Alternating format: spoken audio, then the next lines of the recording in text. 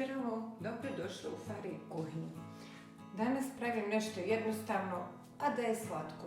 To se zove crna lutma, crni kolač, ali to moji najviše vole.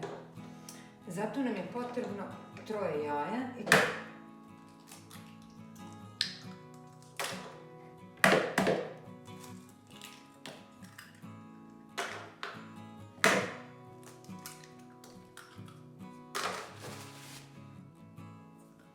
I sad tu da dodajemo 150 grama šećera i sad to izmiješamo.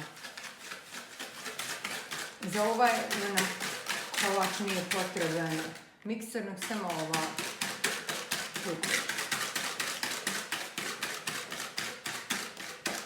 Tu ću odmah dodati i 2 vanilin šećera.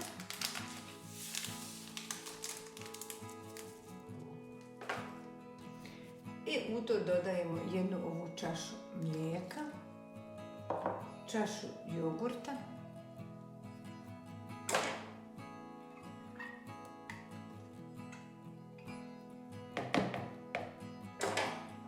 i 1 čašu ulja. I sad to sve dobro izmiješamo. Sad dodajemo 2 pune kašike kakao u brašno i dodajem prašak za pecivo u brašnu. I sad to samo prosimo.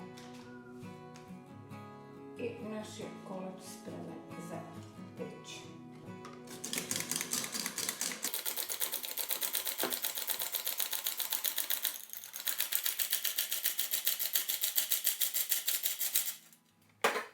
Tu ću još dodati 2 pune kašike nutelle ili nekoga drugoga evo krema. Znači, nije bitno koji je, pošto ja imam nutellu, ja ću staviti nutellu. I sad ide na pečenje. Za o to mi je, pećnicu sam već zagrijala na 200 stepeni i peću 20 minuta na 180 stepeni.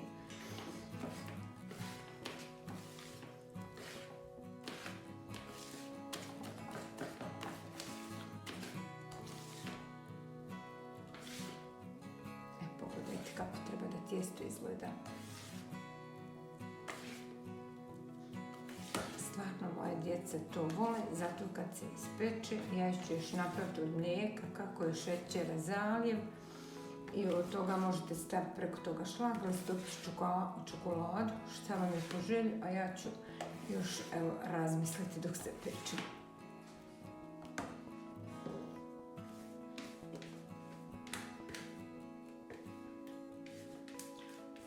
Ovo možete izliti u bilo koji kalu, bilo koja testa, okrugla, četvrtasta, nije bitno. To vam je sve po vašoj želji.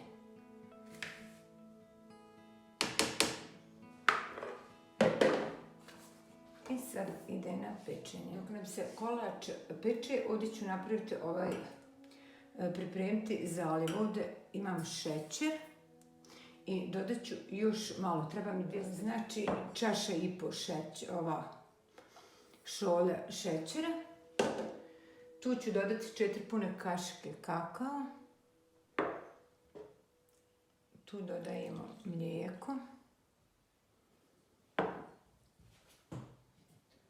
I sad to izmiješamo, ovo mi je kašika od krema na veze. I sad to sve stavljamo na vatru da nam prokuha jednih 5 minuta. 5-10 i to smanjimo. I kad nam je kolač pečen, uzmemo viljušku i zalijemo kolač.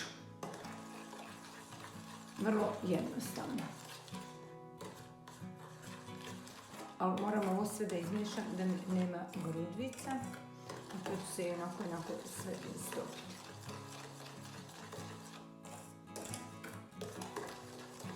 Moja lutma pečena i sad je samo zalijem sa ovim zalijevom.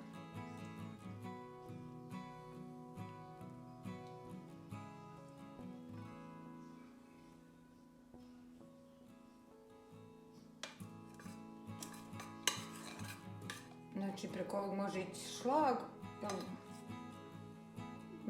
Ja neću stavljati ništa. Mislim da je ovo dovoljno. Samo pospijemo oduzgu kokosu. Moja crna lutma je gotova, ide na hlađenje. Hvala na gledanju, do sljedećeg puta, prijatno i zapratite moj kanal. Ćao!